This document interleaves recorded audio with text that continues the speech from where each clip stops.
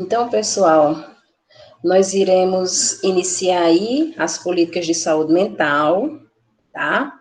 Aqui, né, nós vamos ver a questão de Paulo Delgado, a gente ainda vai ver a questão da Lei 10.216, tá? Aqui se inicia a nossa RAPS. Quando eu falar em RAPS, RAPS, ou vocês escutarem falar ou ver, você sabe que é a Rede de Atenção Psicossocial.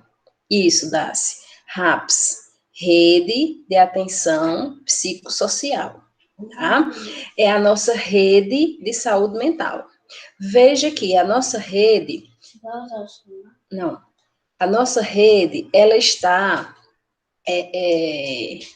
dentro da rede de saúde, certo? Do município, né? Da rede de assistência do município. E é isso que nós precisamos ver e trabalhar com os nossos colegas profissionais, certo?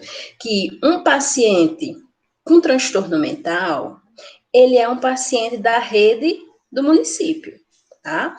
Por quê? Porque acho que, como nós já falamos, ele tem outras doenças além do transtorno mental. E alguns de nossos colegas, eles entendem que, uma vez paciente de CAPS, ele é paciente de CAPS. Então, se ele tem algum outro problema, ele vai para o CAPS, tá? E existe um programa que nós vamos ver, que é o matriciamento, que ele tende a quebrar isso aí. Esse pensamento de alguns profissionais que acham, né, que o paciente com transtorno mental é só um paciente de CAPS, tá? Então, vamos seguir aí os nossos slides, tá? Lembram quando eu falei para vocês que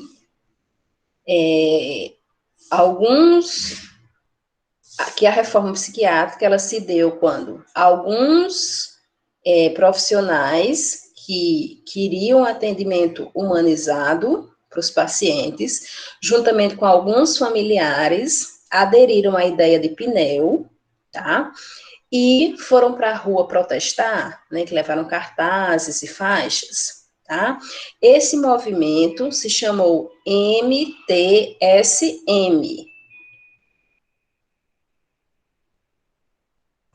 Quem assistiu o filme?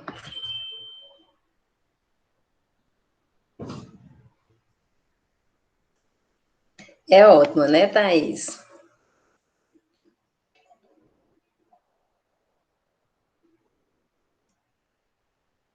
Exatamente, Dácio. É isso aí, tá certo? É Nice. Não foi Nice, Ana Thaís, que tu assistiu? É ótimo, tá? E assim, ele se encaixa nesse nosso, no nosso conteúdo, né? A questão de sair dos muros, né? De sair do atendimento hospitalocêntrico para ir para as instituições abertas, né? Para a questão das oficinas, das terapias, né? De trabalhar as habilidades do paciente. Sim, mas voltando para aqui. Né? Então, esse movimento, pessoal, que as pessoas foram lá para as ruas, se chamou MTSM, Movimento dos Trabalhadores em Saúde Mental, tá? Então, quando vocês encontrarem aí MSTM, é Movimento dos Trabalhadores em Saúde Mental, tá? Que passa a protagonizar e a construir, a partir desse período, a denúncia da violência dos manicômios, da mercantilização da loucura, da hegemonia de uma rede privada de assistência e a construir coletivamente uma crítica ao chamado saber psiquiátrico e ao modelo hospitalocêntrico na assistência às pessoas com transtorno mental. Então, esse movimento, né, ele mostrou, né, para a sociedade, né, para as demais profissionais que não eram né, da área, que os pacientes estavam sendo maltratados, né, e mostrou, acho que foi um ponto que vocês falaram semana passada, foi a turma da noite, a questão de que, né, as pessoas pagavam para que alguém, né, mesmo que nem tivesse, né, algum transtorno mental, ficasse aprisionado lá, né, como por exemplo, pessoas com poder aquisitivo alto, né, então aquela família que sempre pensava nessa questão da riqueza aí, então muitas vezes eles aprisionavam essa pessoa para estar mandando aí no dinheiro, tá? Pessoas idosas que eles não queriam mais dentro de casa, né, que eram um peso, só dava trabalho, então eles faziam esse mercantilismo. Exatamente, Dácia, né? Todos esses, né, que eram pesos, que eram, que a classe alta, né, não queria ter, então eles mandavam, né, e essa era a mercantilização da loucura, e a gente sabe que existia, né, isso por demais, certo? Então, isso aconteceu em 78 e 91, tá? Foi realmente uma crítica a esse modelo, certo? Então, foi o MTSM, ok? E daí, pessoal, nós vimos, dando continuidade aí, né, uma coisa que nós já vimos na nossa aula passada, nesse mesmo período, né, que foi o início aí da reforma psiquiátrica, tá?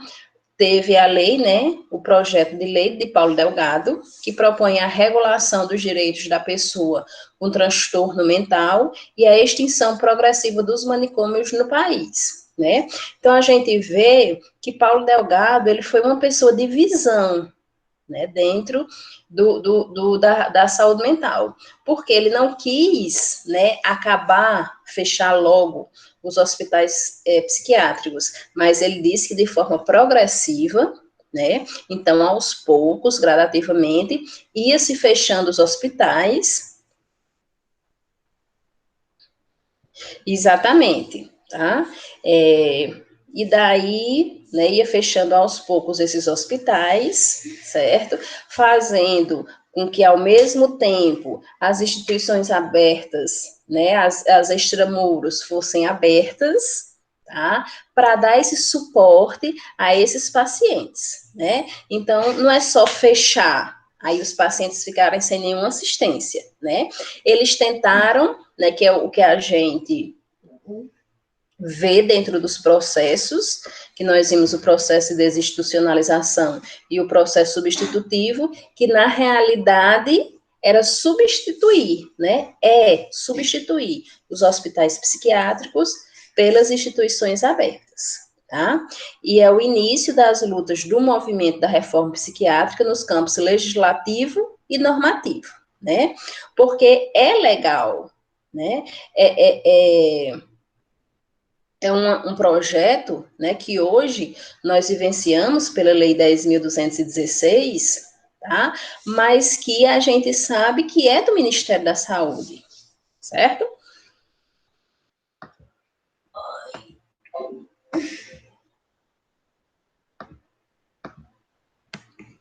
Tá? E daí nós tivemos, após, né, essa crítica a esses maus tratos e a esses, né, manicômios, a esse modelo hospitalocêntrico, nós tivemos a implantação da rede extra-hospitalar, né, que são as nossas instituições abertas. Então, a segunda Conferência Nacional de Saúde Mental, que passa a entrar em vigor no país nas primeiras normas federais, regulamentando a implantação de serviços de atenção diária, fundadas nas experiências dos primeiros CAPS, NAPS e hospitais-dia, e as primeiras normas para fiscalização e classificação dos hospitais psiquiátricos. Então, vocês veem que já na segunda conferência de saúde mental, né, nós já tivemos os primeiros CAPS e NAPS, tá? Antes, o CAPS era chamado NAPS, que era Núcleo de Atenção Psicossocial, tá? Hoje ele é chamado de CAPS, que é o Centro de Atenção Psicossocial. Foi criado também os hospitais dia, tá? Onde seria a mesma coisa, seria o mesmo modelo de assistência do CAPS, né? Os pacientes passam o dia lá e à noite vão para casa, certo? A diferença é na questão estrutural, porque o hospital, realmente, ele tem essa estrutura física de hospital, né? Já o CAPS, ele tem uma estrutura física de uma casa, certo? E o primeiro CAPS que nós tivemos foi em São Paulo, tá? E o primeiro CAPS no Nordeste que nós tivemos foi em Iguatu, tá? Então, Iguatu, ele tem uma ótima rede de saúde mental, quem é de Iguatu sabe, tá? Ele tem um suporte muito bom, certo? Uma rede bem completa de saúde mental, tá? E houve também, né, na segunda conferência de saúde mental, a questão da classificação dos hospitais, que nós falamos na semana passada sobre o PENASH, que era o Programa Nacional de Assistência aos Serviços Hospitalares Psiquiátricos, né, que avaliava o hospital para fechar ou não. Nesse slide aí, aqui nós iremos ver, tá? E quando vocês forem ler o manual da reforma psiquiátrica, lá também vai estar. Na realidade, esses slides foram feitos em cima lá do manual da reforma psiquiátrica que eu já mandei para vocês, ok? Qualquer momento, pessoal, podem ficar à vontade para questionar ou exemplificar.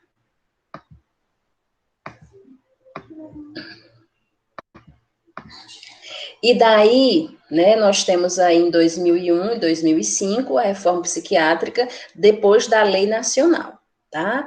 É somente em 2001, após 12 anos de tramitação no Congresso Nacional, que a lei Paulo Delgado é sancionada no país, tá? A aprovação, no entanto, é de um substitutivo do projeto de lei original, que traz modificações importantes no texto normativo.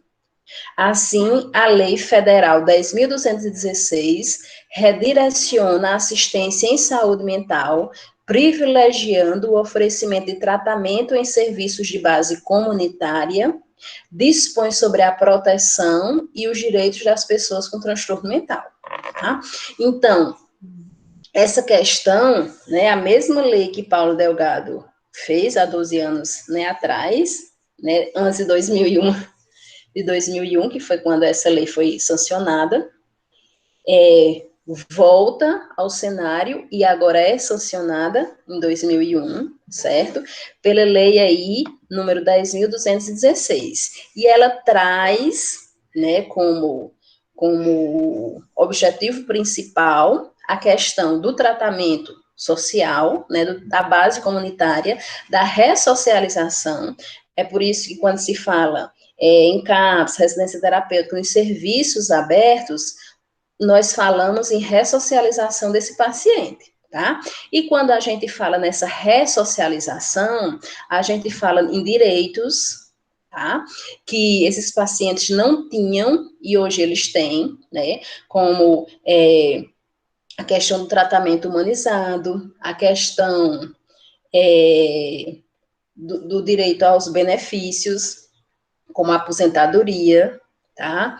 Eles podem ter acesso, tá, a serviços, desde que esteja, logicamente, em estado de manutenção e estabilidade, tá? Quando eu falo em estado de manutenção e estabilidade, é quando esse paciente está sem crise, tá? Quando ele realmente pode conviver com a sociedade, certo? Sem trazer prejuízos para ele, nem para a sociedade, tá? E assim, pessoal, a gente, muitas pessoas costumam ver, né, o paciente com transtorno mental que ele não tem noção de certas coisas.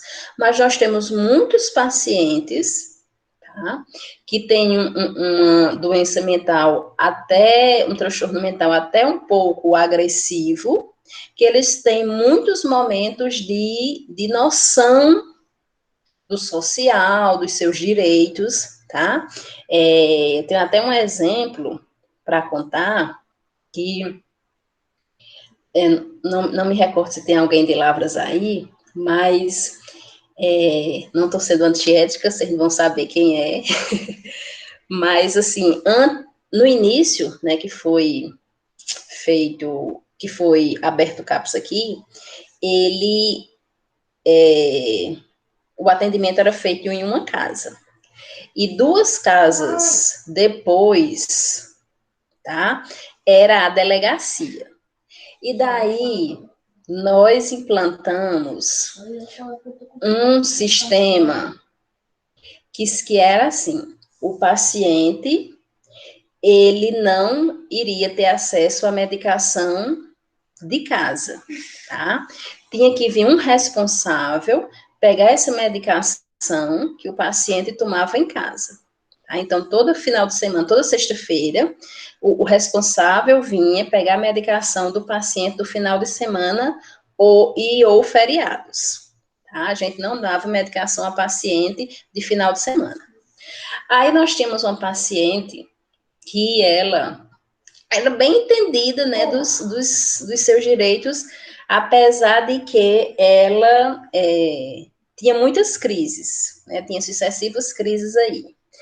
E, né, na sexta-feira, o responsável dela não veio pegar a medicação e nós não entregamos a medicação para ela, né, porque o nosso medo, né, que, por exemplo, um paciente não tomasse a medicação, ficasse acumulando a medicação em casa, então, um feriado prolongado aí, como um do carnaval, a gente está dando a medicação ao paciente, o paciente fazia uso dessa medicação, né, de uma só vez. Então, nós queríamos ser responsabilizados, tá?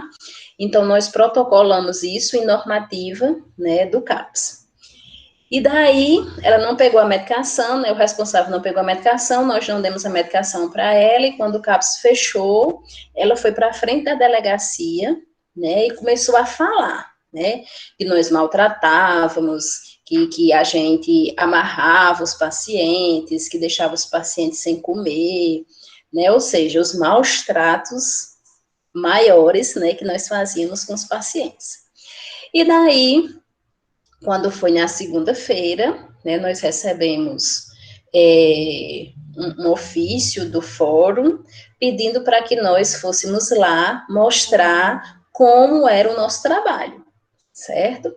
E assim, né, nós fomos, mostramos, né, como era o nosso trabalho, mas muitas pessoas da sociedade viam, né, como era o nosso trabalho, os próprios policiais presenciavam, né, porque como eles eram lá quase vizinhos, né, do prédio, assim, por várias vezes, quando a gente não tinha transporte, nós pedíamos, né, o policial para ir deixar lá na viatura da polícia, um paciente no hospital ou um paciente em casa, tá? E daí, né, nós seguimos, né, deixamos até as nossas normativas lá no fórum para que eles, né, tivessem acesso em caso de qualquer dúvida. Então, pessoal, eu trouxe esse exemplo para vocês verem, tá? Que muitas vezes a gente acha que o paciente com transtorno mental ele é totalmente sem noção. Mas, na realidade, ele já tem muita noção dos seus direitos, tá?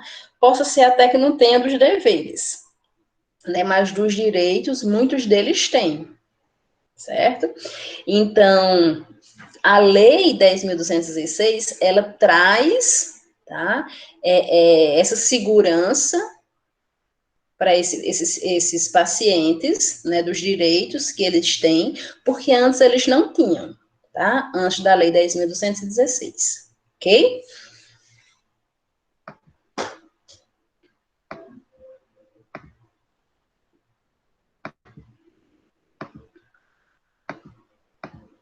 E daí, né, como nós falamos semana passada, dentro do processo da reforma psiquiátrica, nós tivemos dois processos, que foi o processo de desinstitucionalização e o processo substitutivo. O processo de desinstitucionalização é o que nós estamos vivenciando, assim como o substitutivo, né? Que é o fechamento dos hospitais psiquiátricos e a abertura das instituições abertas, extramuros, tá? E dentro do processo de desinstitucionalização foi criado o penacho psiquiátrico, né? Que também nós já falamos, mas como o manual ele fala tudo isso, eu trouxe novamente para vocês, né? Para não sair mais da cabecinha aí. Entre os instrumentos de gestão que permitem as reduções e fechamentos de leitos de hospitais psiquiátricos de firma gradual, pactuada e planejada, está o Programa Nacional de Avaliação do Sistema Hospitalar Psiquiátrico, que é o PENASH Psiquiátrico, instituído em 2002 por normatização do Ministério da Saúde. Então, vocês vejam que a nível federal, né, que o PENASH trabalha, né, até o próprio nome já diz, uma política nacional, tá? E ele, né, vai trabalhar da seguinte maneira, certo? O PENASH psiquiátrico, ele permite aos gestores um diagnóstico da qualidade da assistência dos hospitais psiquiátricos, certo? Então, essa avaliação, ela é feita, né, quando os fiscais vão lá, né, e observam como é que está o atendimento, a estrutura,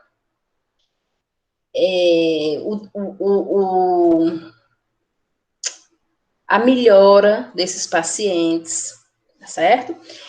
Então, os hospitais psiquiátricos conveniados e públicos existentes em sua rede de saúde, ao mesmo tempo que indica aos prestadores critérios para uma assistência psiquiátrica hospitalar compatível com as normas do SUS e descredencia aqueles hospitais sem qualquer qualidade na assistência prestada à sua população adscrita.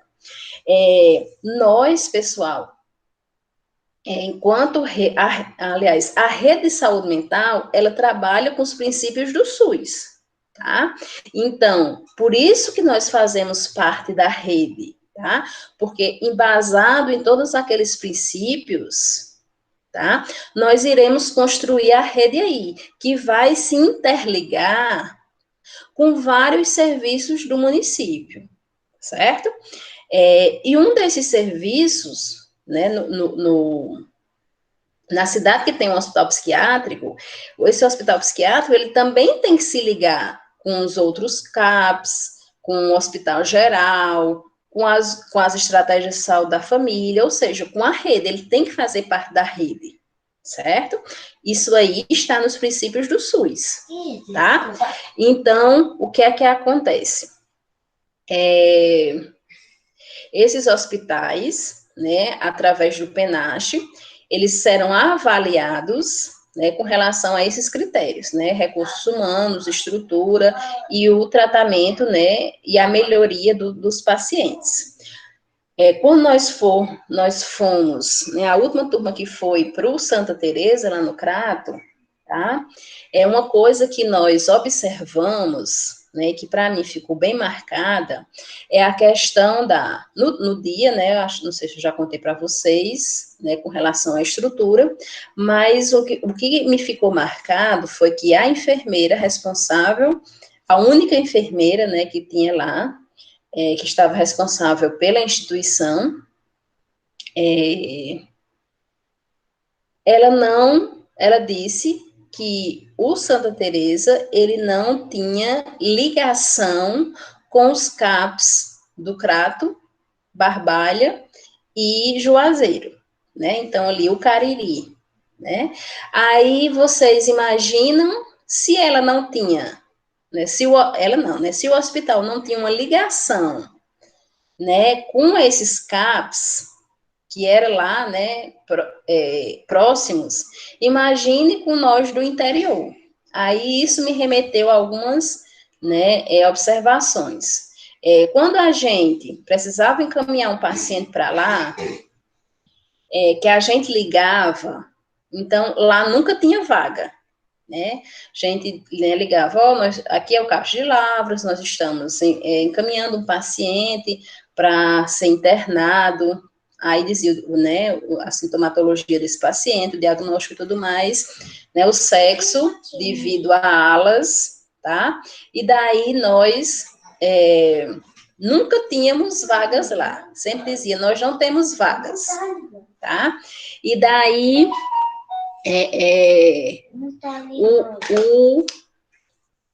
o hospital não queria receber, tá? E daí nós encaminhávamos esse paciente, mesmo assim, tá? E o paciente ficava internado lá.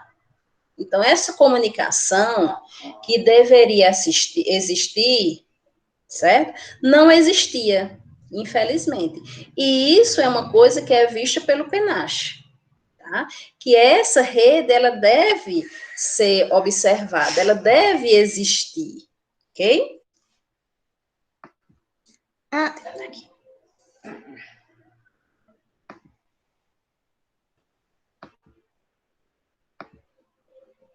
E aqui, pessoal, vocês veem os critérios, tá?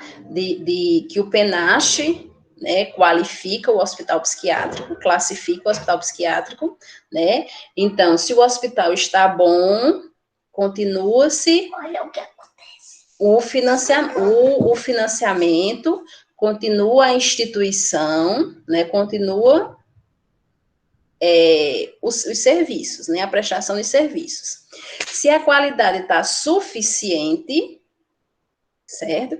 É porque tem algo que está errado, então eles notificam e dão um tempo para a melhoria do que está errado, né? Para que seja corrigido o que está errado. Aí, como eu falei para vocês, o hospital, né?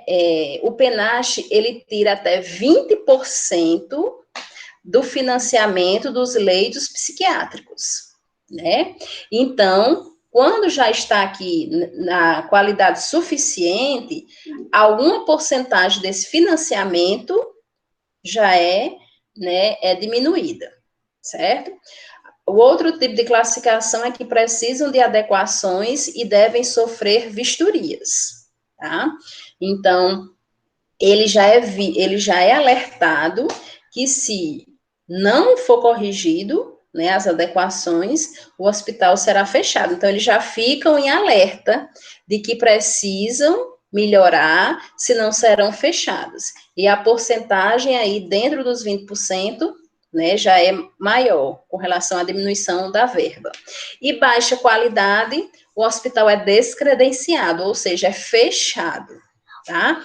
Que foi o que aconteceu aí com o Santa Teresa lá no Crato, tá? Ele foi fechado pela baixa qualidade aí no serviço ofertado, ok, pessoal? Então, nós temos essas 4 classificações aí que o PENASH faz com relação aos hospitais psiquiátricos. Deu para entender as 4 classificações? Tudo bem? Pronto. Então, vamos seguir aí. Ótimo.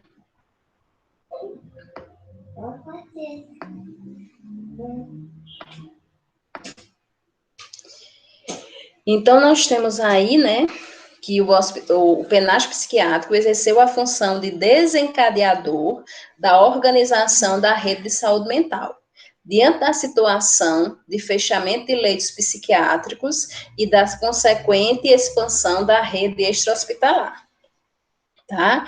Então, pessoal, essa função, né, seria o que no papel nós temos, né, com relação a vamos tirar, né, tantos mil desse hospital que está não está legal, né, está precisando de melhorias, e vamos pegar esse dinheiro e investir nos extra-hospitalares, tá? Vamos abrir outro CAPS, vamos ampliar um CAPS, tá? Vamos investir naquela oficina, daquele projeto que nos enviaram, tá? Porque nós também, enquanto CAPS, nós trabalhamos em cima de projetos, tá? Então, às vezes a gente faz um projeto de uma oficina, mas a prefeitura não tem verba para essa oficina. Então, o que é que acontece? A gente manda esse projeto para o Ministério da Saúde, e se o Ministério da Saúde achar que esse projeto é bom para a saúde mental, né, ele manda um financiamento para que seja investido nesse projeto, tá? E muitos desses dinheiros, né, que se tirava-se, aliás, tirava-se não, que não investia mais nos hospitais psiquiátricos, no papel, né, para ser investido aí nas instituições abertas. Né? Quando eu digo no papel, não estou dizendo que não é, né? Mas é para ser totalmente, né? A internet não está pegando. Peraí, deixa eu ver aqui a pergunta, viu? Tá? E aí, no caso, os hospitais que estavam internados. Pronto, Bianca, né? Na realidade, tá? Os hospitais, quando fechados, então eles entregavam os pacientes para o município, tá? O município que tivesse um CAPS, o CAPS tinha que dar esse suporte, tá? Infelizmente, o município que não tivesse um CAPS, na realidade, a proposta era de abrir, né, o CAPS, com fechamento desse hospital psiquiátrico, ou, tá, ampliar um CAPS de referência, tá, para que esse município que não tivesse CAPS, referenciar, né, mandar o paciente para lá, tá? Como um exemplo aí de referência, nós temos o ICOL, né? O ICOL, ele é nosso CAPS de referência, certo? Ele tem uma estrutura para atender os 7 municípios vizinhos aí, tá? Ele tem uma referência para atender Oroz, Cedro, Lavras, Baixio e Palmirins, essas cidades circunvizinhas, tá certo? Aí, o que é que acontece aí? Vocês podem perguntar, mas essas cidades não têm CAPS? Como Cedro, como Oroz, como Lavras, tá? Tem, mas nós temos o CAPS tipo 1, tá? E nós vamos ver que o CAPS tipo 1, ele não tem por obrigação, na sua estrutura, na sua política, ter um psiquiatra, tá? Ele pode ter um médico com formação em saúde mental. Aí, se nós precisarmos de um psiquiatra, nós temos um CAPS de referência, que é o do ICOL, tá? E essas famílias, justamente que né, iriam receber o seu né, parente, que é advindo de um hospital psiquiátrico, tá? O CAPS, ele tinha que dar esse suporte. Seja o CAPS da cidade, seja o CAPS de referência, tá? E a família abraçar, né? Porque o nosso objetivo, né, assim como o processo substitutivo fala, é trazer a família para o tratamento do paciente, né? Coisa que, assim, muitos deles não tinham quando viviam nos hospitais psiquiátricos, tá? Então, devido à política e esse pensar, né, que a família é importante para o tratamento, né, um dos pontos de se fechar os hospitais, trazer esses pacientes para serem assistidos no CAPS, e a família está aí ajudando, né, e fazendo parte desse tratamento. É difícil para a família? Né? Porque nós temos pacientes que vivem em crise, tá? Que realmente necessitavam estar no hospital psiquiátrico. Mas o que é que acontece aí? Né? Nós temos a ampliação de alguns CAPs, como, por exemplo, o CAPS tipo 3, que ele funciona todos os dias da semana, 24 horas. Tá? E ele tem alguns leitos hospitalares. Aliás, alguns leitos tipo hospitalares. Tá? Que, assim, os pacientes, eles podem ficar lá por alguns dias, consecutivos e alguns dias alternados. Mas ele tenta, né, esse estilo de CAPS, o CAPS 3, ele tenta suprir essa necessidade do paciente que realmente precisava estar no hospital psiquiátrico, ok? Então, essa aí é a proposta, é a ideia, tá? Dessa abertura das instituições, né, extramuro, ok?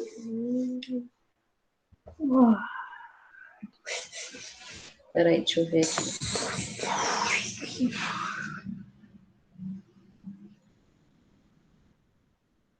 Não vai mandar a gente escolher. Exatamente, né? Então, como a nossa proposta, né, é que a família venha a ser inserida no tratamento, né? E nós temos, né, temos ainda, porque ainda existem hospitais psiquiátricos, né? Muitas famílias que vivem assim, ainda entra aí, ainda temos hoje, infelizmente, a mercantilização da loucura, né? Dentro das clínicas particulares, certo? E daí, essa é uma visão, tá? Que nós temos com relação ao fechamento desses hospitais, certo? E aí, o investimento dentro dos CAPs com relação a suprir a necessidade desses pacientes aí. E, além da família não mais querer saber desse paciente, nunca ter ido lá, tá? Quando eles tendem a receber os pacientes, porque o hospital fechou, eles também não querem. Aí, muitas vezes, o município ele tem que acionar a justiça através do assistente social, tá? Para que a família ela receba esse paciente, porque mesmo assim ela não quer, tá? E daí entra-se um processo aí, onde a família não quer, onde ela diz, né, ela tem respaldos porque ela não quer esse paciente e tudo mais, tá? Que é uma coisa que já entra aí em outro serviço que nós temos, que é a residência terapêutica, tá?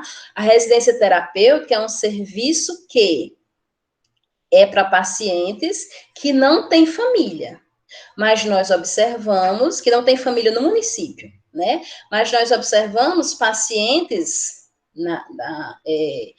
vivendo na residência terapêutica que eles têm família no município, certo? É aí onde entra esses casos. Ah, mas ele era do hospital, a família não quis, acionou-se a justiça e eles conseguiram não ser responsável por esse paciente. Então, vai fazer o que com ele? Enviar para a residência terapêutica, onde lá ele vai ter uma assistência direta do CAPS, tá? Quando a gente for ver residência, nós iremos ver esse processo aí, ok?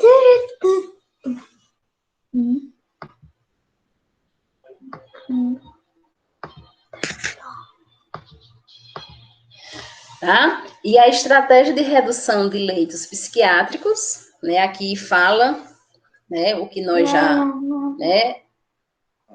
Trabalhamos aí, ao mesmo tempo, né, que é fechado os hospitais psiquiátricos, garante-se que as reduções de leitos se efetivem de forma planejada, de modo a não provocar desassistência nas regiões onde o hospital psiquiátrico ainda tem grande peso na assistência às pessoas com transtorno mental.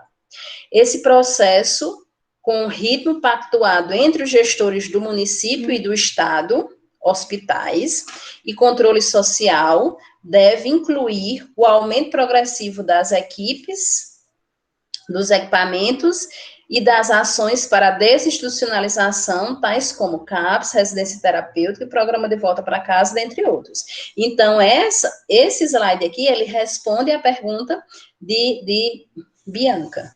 Não foi Bianca? tá? Onde, né, o hospital é fechado de forma planejada, tá? Por isso que o PENASH vai lá e classifica o hospital naquelas, né, naqueles 4 tipos, que você veja, eu quero que vocês entendam que quando o hospital é descredenciado, tá? É porque ele já vem sendo alertado com relação a isso, certo? Ele já vem, durante as fiscalizações, ele já vem recebendo notificações que precisam de melhoria nisso, nos recursos, na estrutura, no atendimento, nas medicações, tá? E daí eles não fizeram nenhuma melhoria, e daí ele já tem noção de ser descredenciado, tá? Outro exemplo que eu tenho disso, né, quando lá no Santa Teresa nós tivemos, pela última visita, a enfermeira ela já tinha dito, né, que o hospital já estava em estado de alerta para o fechamento, tá? Devido à diminuição dos recursos humanos, ele já não tinha recursos financeiros para manter, tá? Estavam se vendo aí outras propostas, ok? Então, é aquilo, né? De forma planejada e já pactuada com os municípios, tá? Os municípios que têm CAPS, eles vão receber os seus pacientes, tá? Que são advindos de hospitais psiquiátricos. Os municípios que não têm CAPS, eles já têm um CAPS de referência, tá? Para que esses pacientes façam tratamento lá, né? Como o exemplo que eu disse aí do ICOL, certo? Que é a nossa referência. Além, né, do CAPS 2, que tem um psiquiatra, nós temos o CAPS infantil lá no ICO, que também é a nossa referência, e o CAPS AD, lá no ICO, que também é nossa referência, né, de CAPS infantil e CAPS álcool e drogas.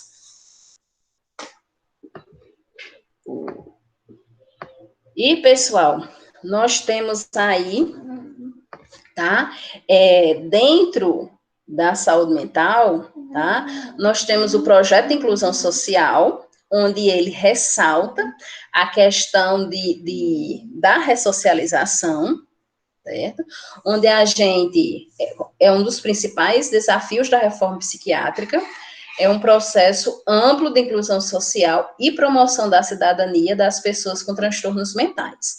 É a potencialização do trabalho como instrumento de inclusão social dos usuários dos serviços.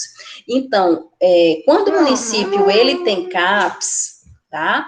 Ele tem que apresentar, né, toda uma abertura, tá? Para que esses pacientes do CAPS possam frequentar os demais serviços, né? Como, por exemplo, a ligação das estratégias de saúde da família com o CAPS, tá? Então, a estratégia, ela tem que trabalhar junto com o CAPS, para que quando o CAPS precise de um exame, precise de uma assistência, a gente possa estar encaminhando, tá? A importância de nós, como enfermeiros do CAPS, a gente tem que estar fazendo essa ponte, essa ligação, tá? Então, por exemplo, o nosso paciente que está lá no CAPS, ele está precisando de ir para o dentista, tá? Então, nós que temos essa ponte maior com a estratégia, tá? Nós contactamos, ligamos para lá, né? Falamos pessoalmente, tá? Eu quero uma vaga para o paciente lá do CAPS, paciente X, no dentista, tá? Então, eu quero um horário, né? Que ele não precise estar esperando, que ele venha e seja atendido, certo? Então, assim, para nós que, né, já trabalhamos e já temos esse acesso, é mais fácil, muitas vezes, do que para a família, tá? Que muitas vezes, né, a família, quando vai sozinha, né, muitas vezes a própria estratégia pode dizer, não, como é um paciente de transtorno mental, ele deve ir para o CEL, né, que é o serviço especializado, o centro especializado de odontologia, né, que lá ele vai trabalhar diretamente com esses pacientes com transtorno mental, tá? Fica um acesso mais difícil. Então, nós que temos uma ligação, né, maior, nós podemos estar intervindo nisso, certo? E daí a gente marca o dia e a família leva. Veja que nós não somos obrigados a levar, tá? A gente informa a família que marcou essa consulta, tal dia e tal hora, e a família leve, tá? Talvez eles ainda precisem de nossa ajuda, né? De transporte, ou realmente de um dos cuidadores, né, dos monitores irem junto para dar aquele suporte. E a gente tenta estar fazendo, né, toda essa facilidade, toda essa inclusão social, porque já são direitos deles, tá? A gente só está facilitando esse direito, né? A questão dos pacientes participarem dos eventos do município, como eu já falei para vocês lá, né, o dia do desfile 7 de setembro, festinhas de carnaval, que muitas vezes o município, né, promove, né, para idosos, né, para um grupo que existe naquele município, tá certo? O São João, levar esses pacientes para uma praça, tá? Então, tá sempre trabalhando essa questão da inclusão. Logicamente, nós não vamos levar para o social aqueles pacientes que estão em crise, tá? Nós iremos estar levando aqueles pacientes que já estão, digamos assim, podendo ter um acesso a estarem no social, tá? Nós também temos que ver até onde vai ser um risco para o próprio paciente ou para terceiros, certo? Nós já tivemos pacientes que se jogaram, né, de um carro, não nosso, né, mas já tivemos pacientes que, né, com sua família se jogaram de um carro. Então, esse é um paciente que a gente não pode incluí-lo, né, tá levando para o social, porque ele é um risco ainda, ele está em estado de alerta ainda, ele não está estável, ele não está em estado de manutenção, tá? Então, nós devemos, né, assim, como profissionais, como equipe, ver os pacientes realmente que já estão aptos a estar nessa inclusão social, né? Outra coisa, não é preciso, outra forma de inclusão, não é só preciso a gente sair da nossa, né, da nossa casa, né, do CAPS. Mas a gente pode trazer pessoas para dentro do CAPS, né, pessoas normais, né, como por exemplo, né, um grupo que faça algum trabalho, né, que cante, né, então eles vêm passar uma tarde lá com os pacientes, um momento de lazer, né. Eu já tive alunos na escola que eram presidentes do Léo, né, que é do Lions aí, né, são jovens, né, os filhos do pessoal do Mais Inclusão, tá, exatamente, os filhos do pessoal do Lions, né, então eles tinham um grupo, né, que é o que se chama Léo, que eles fazem esses movimentos, né, então ele como presente, me pediu para passar uma manhã lá, de lazer com os pacientes, então, assim, foi divertido por demais, né, fizeram várias dinâmicas, trabalharam com esses pacientes, né, foi bem divertido, né, os pacientes até ficavam perguntando, cadê os meninos que não vêm, certo? Então, essa inclusão, elas devem partir de nós profissionais, tá? A gente já deve trabalhar, tá? Por quê? Porque quando esse paciente tiver alta, a gente não só vai jogá-lo na sociedade, não, certo? A gente, né, já tem que ter feito esse processo de estar incluindo, tá? Né? Para que, quando ele tiver alta, certo? Ele já esteja adaptado, tá? À sociedade, porque muitos deles também têm medo, né, de estar em sociedade. Eles têm medo, muitas vezes, de nós normais, né? Assim como nós temos, alguns pacientes têm medo também de nós, né? Por já ter sido tão maltratado, certo? Então, esse processo de inclusão social, ele deve acontecer aí e fazer parte do tratamento do paciente.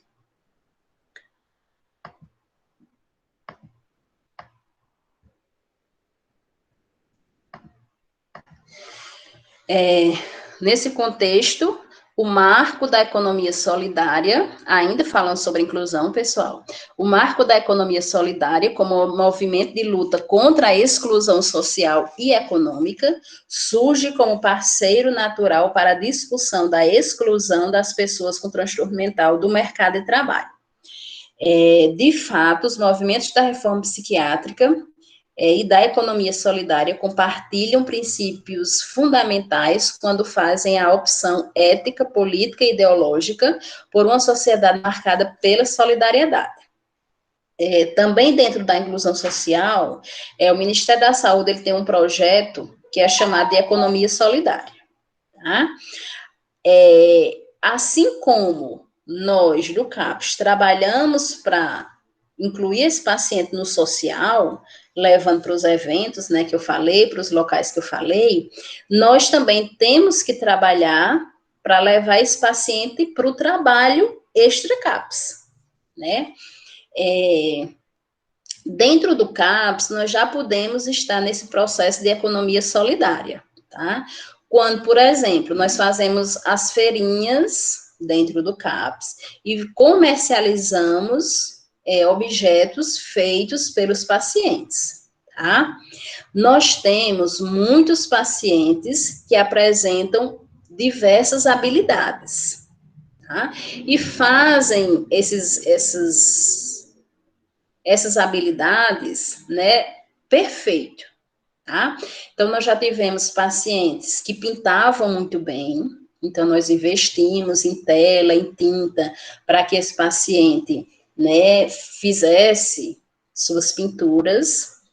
Nós já tivemos pacientes que faziam crochê muito bem, fez diversas peças de crochê. Nós já tivemos pacientes que faziam carros de lata de óleo, né? Nós até fizemos uma campanha para arrecadação de lata de óleo, porque hoje, né, mal a gente usa lata de óleo, não sei nem se ainda comercializa, mas no tempo, né, nós fizemos essa campanha para arrecadar latas de óleo para que ele pudesse fazer esses carrinhos. Então, tudo isso que os pacientes têm essa habilidade para fazer, conseguem fazer. Aí, o que foi que nós fizemos? Nós juntamos tudo e fizemos uma feira, onde a gente, né, convidou vários setores, e daí a gente comercializou esses objetos, tá? E daí 50% foi para comprar mais material para que eles trabalhassem, e 50% a gente deu para eles mesmos, tá? E assim, para eles foi uma festa, por quê? Porque eles tinham o seu próprio dinheiro, certo? De uma coisa que eles fizeram, eles venderam, tá? Então, isso, pessoal, é economia solidária. Nós já trabalharmos essa questão do paciente estar engajado no trabalho, tá? Aí, esse projeto, tá, de economia solidária, tem que ser um projeto que a prefeitura, tá, ela manda o projeto para o Ministério da Saúde, que é esse projeto de economia solidária, e mostrando, né, para o Ministério da Saúde que nós já temos pacientes com transtorno mental que estão ocupando algum serviço, né, que estão desenvolvendo algum serviço no município, tá? E que agora eles serão contratados, certo?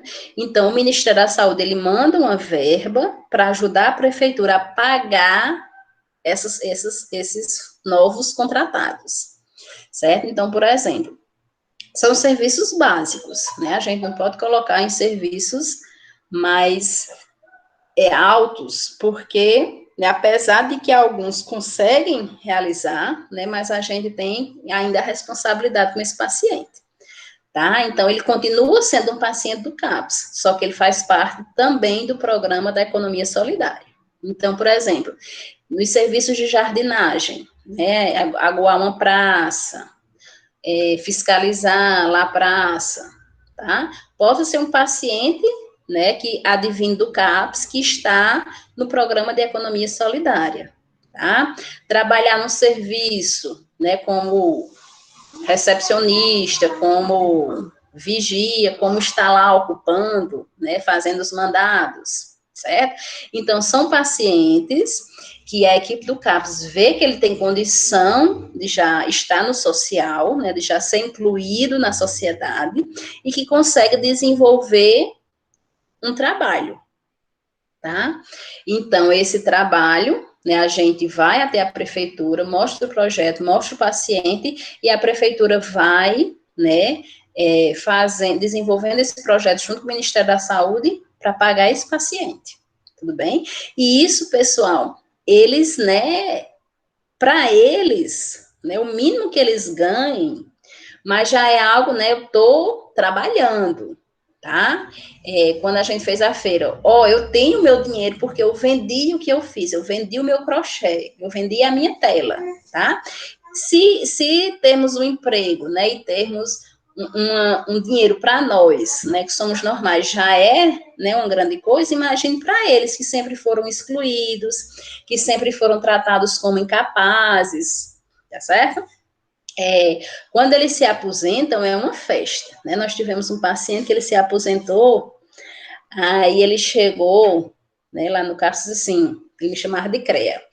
Dona CREA, agora lá na minha casa, todo dia a gente come carne, porque eu que pago, eu que compro, tá? Qualquer dia eu fazia um almoço para vocês, tudo nem comer carne, né? Como se a gente não comesse carne, né?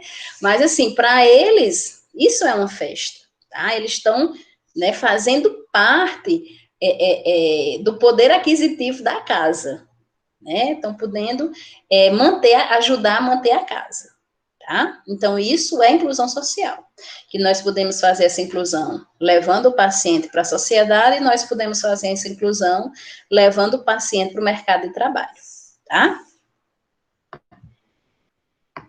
E daí, pessoal, nós temos, né, como sempre, nós temos os desafios, tá? Então, os desafios aí, nós temos da reforma psiquiátrica, nós temos a questão da acessibilidade e da equidade, né? Voltando aí que nós trabalhamos dentro dos princípios do SUS, certo? Então, estima-se que 3% da população necessitam de cuidados contínuos em saúde mental, em função de transtornos severos e persistentes, e a magnitude do problema exige uma rede de cuidados densa, diversificada e efetiva, né? Entra aí esses 3%, os pacientes que são advindos de hospitais psiquiátricos, né? Que eles precisam realmente de uma assistência maior, tá? E que muitas vezes o acesso, né, fica difícil porque ou não tem CAPS naquela cidade, né? Ou eles moram muito distantes, ou então a questão, né, do CAPS realmente não trabalhar como se deve, né? Porque, infelizmente, nós, apesar de uma fiscalização que tem nos CAPS, infelizmente, nós ainda temos muitos CAPS que trabalham de forma não terapêutica, certo? Quando eu digo assim, não terapêutica, é que eles só trabalham de forma ambulatorial, né? Só marcam consulta para o psiquiatra, marcam consulta para o psicólogo, e o paciente não fica lá, o paciente não faz nenhuma oficina, o paciente não faz nenhuma terapia, e a gente fica questionando onde é que eles estão fazendo o processo de inclusão, tá? Eles estão só consultando e mandando o paciente para casa, tá? A inclusão social, ela não está sendo trabalhada, certo? E cerca de 10 a 12% da população não sofre de transtornos severos, mas precisam de cuidados em saúde mental, na forma de consulta, aconselhamento e grupos de orientação, né? Que é isso que eu acabei de falar, tá? Eles não têm terapia, não têm acolhimento, né? Em alguns casos que o município ainda não tem CAPS, eles não têm nem consulta de uma rede de saúde mental, né? Eles vão ter consulta de um clínico, certo? Que muitas vezes, né, não vão tão a fundo na questão do diagnóstico, né, do paciente, em rever essas medicações, tá? Porque, infelizmente, né, essas culturas enraizadas que nós temos, muitas vezes atrapalham o serviço, como, por exemplo, faz 10 anos que eu tomo diazepam, certo? E nunca fui, e há 10 anos que eu não vou no médico, no psiquiatra, certo? Minha filha sempre que vai lá pegar, tá? Então, assim, esse diazepam não está mais nem servindo, né? Na realidade, o paciente que já se tornou dependente dele, tá? Mas muitas vezes a sintomatologia está lá, tá? Tá aumentando, a família, você não tomou o diazepam hoje, mas muitas vezes o diazepam não serve mais, certo? Então, não tem uma consulta realmente com, né, um psiquiatra, um médico com formação em saúde mental, tá? E daí, né, esses vícios que nós temos, né, eles vão continuando, tá? Então, aí entra como desafio para nós da rede de saúde mental, né? Essa questão, pessoal, da cultura. Quando nós abrimos o CAPS em Lavras, nós passamos em todos os serviços, mostrando como nós iríamos trabalhar. E um dos pontos que nós íamos trabalhar era a questão de o paciente tem que vir para a consulta para ver essa questão da medicação. Nós não iremos entregar medicação sem ver o paciente, tá? Então, muitas vezes chegava até profissionais de saúde, né, que já eram do município há muito tempo, né, dizendo, eu vim pegar o remédio da minha mãe. Sim, cadê sua mãe? Não, ela já toma esse remédio há muito tempo, precisa ela vir não, tá? Mas nós informamos que a gente precisa pelo menos ter o primeiro acesso à sua mãe, né, já que somos um serviço novo, o psiquiatra quer ver realmente a sua mãe, ver se essa medicação está sendo útil e tudo mais, né, e muitas vezes nós éramos xingados por esse profissional da saúde, né, porque melhor que não tivesse o CAPS, que antes estava mais fácil, tá? Então, com mesmo a gente tá querendo trabalhar de forma correta, muitas vezes nós somos taxados, né, por querermos fazer o certo, né, porque nossa cultura realmente muitas vezes é fazer o mais fácil. Aí é onde alguns municípios, né, eles tentam regular a questão dos talonários de medicações controladas, né, aqueles talões azuis, tá? Os brancos para medicação controlada, por que eles tentam controlar?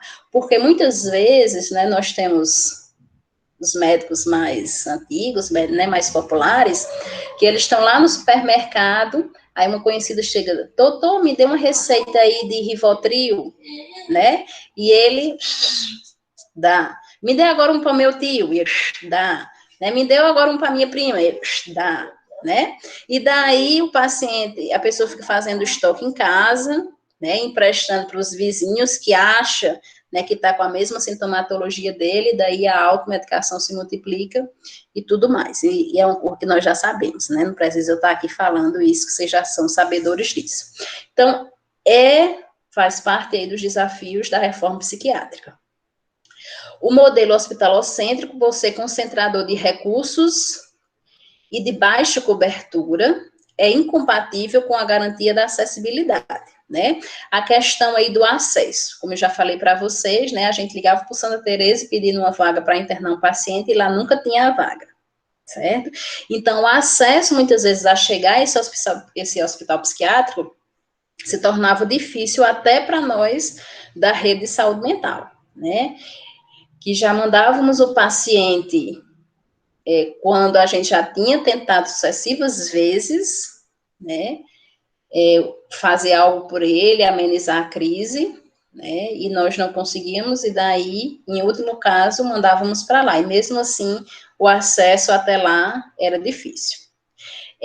Sem a potencialização da rede básica ou atenção primária de saúde, para a abordagem das situações de saúde mental, não é possível desenhar respostas efetivas para o desafio da acessibilidade, né? O que é que entra aí? A questão de muitos profissionais da estratégia não quererem receber o paciente com transtorno mental. está dizendo que um paciente com transtorno mental é paciente de CAPS, tá? Mas, pessoal, quando a gente for ver CAPS, né, o serviço, né, na nossa próxima aula, nós vamos ver que os pacientes que devem estar no CAPS são pacientes com transtorno mental graves, severos e persistentes, tá? Ou seja, pacientes realmente que estão em crise. E os pacientes que estão em estado de manutenção e estabilidade, eles que vão atrás só de medicações, né, renovar as receitas, eles podem sim ser tratados, ser consultados na estratégia. Isso vai desafogar o CAPS, né? Mas muitas vezes a estratégia ela não quer aderir a isso, não. É de CAPS, vai para o CAPS, não quer nem saber, não quer nem atender. Tá? E isso dificulta o nosso trabalho, porque muitas vezes nós temos um psiquiatra 2 dias por semana. Aí esse psiquiatra, né, ele atende 30 pacientes no dia. Quer dizer, se desses 30 pacientes, 10 forem só para renovar a receita, né? E daí os outros que estão em crise, nós iremos colocar onde? Certo? Então, esses 10 poderiam ir para a estratégia, tá? E a atenção básica, ela tem que abraçar esses pacientes, tanto que são pacientes da rede, ok? Estamos terminando, pessoal. E daí, né, outro desafio, né, a qualidade do atendimento deve ser garantia em todas as regiões do país, mesmo as mais carentes e distantes dos centros universitários, e pode ser assegurada através de um forte programa de capacitação, supervisão e formação de multiplicadores, tá? O distanciamento entre as instituições de formação e pesquisa e a saúde no Brasil agrava as carências de formação e qualidade de profissionais, tá? Então, aí dentro do processo substitutivo, nós temos, né, a capacitação dos profissionais da rede de saúde mental que devem, né, participar, ter essa capacitação para que eles possam entender a sintomatologia das doenças, para que eles possam aprender como é que eles devem se portar diante de um paciente com transtorno mental, certo? E é isso que nós iremos mostrar para vocês aí, quando a gente for ver urgência e emergência, quando a gente for ver anamnese psiquiátrica, nós vamos adentrar aí nessa capacitação para que quando vocês forem para os estágios ou forem aí realmente, né, para a saúde mental, vocês consigam levar essas informações e essa maneira de trabalhar com esses pacientes, certo? Tem que fazer parte aí dessa capacitação. E por último, pessoal, nós temos aí, né, a formação dos recursos humanos, é um outro desafio, né, porque, né, nem sempre nós temos profissionais que querem adentrar nesse serviço, né, eu sou um exemplo de uma, né, eu não queria ter entrado, né, aliás, queria ter entrado mesmo, né? Não queria entrar quando fui convidada, né? Por medo, por anseio, mas hoje sou apaixonada, como todos vocês veem, né? Isso aí. Me sinto bem quando estou, né, no meio, certo? Quando estou na aula de saúde mental. Mas a questão aí, né, do processo de consolidação da reforma psiquiátrica, né, e superar os paradigmas de loucura. Nós temos, pessoal, muitos profissionais, né, que quando entram com medo, mas que se apaixonam, tá? E quando nós nos apaixonamos, nós tentamos trabalhar essa questão, né, de quebrar essa mercantilização da loucura, de quebrar, né, a visão de alguns profissionais com relação aos pacientes com transtorno mental, que são pacientes da rede, tentar quebrar esse preconceito, né, tentar trabalhar as famílias e inseri-las dentro desse processo, tá?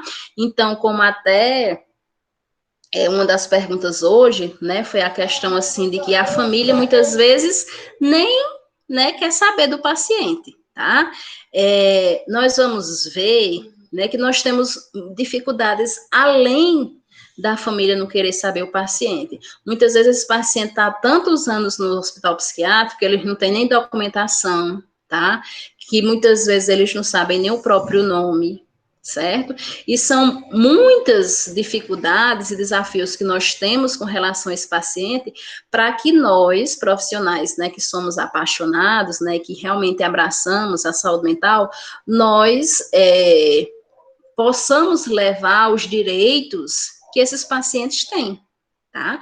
Que eles têm muitos direitos, né? Direito a IV, direito a participar da economia solidária, direito a participar do social, a eventos, direito a ter um benefício, tá? E que muitas vezes nós precisamos, né, estar alertas com relação a levar esses direitos para eles, ok? Então, essa formação dos recursos humanos, ela é importante para que a gente entenda o paciente, entenda a sua sintomatologia, entenda os direitos que ele precisa, tá? E que é dele, e que são deles, tá certo? Ok, pessoal? Então, a gente encerra hoje por aqui, tá? Vou mandar o testezinho aí para vocês. Amanhã vou mandar o teste aí com uns 10 dias, tá? Para vocês fazerem tranquilos. Amanhã nós temos nosso encontro aí às 10h20, que eu acho que é síncrono, né?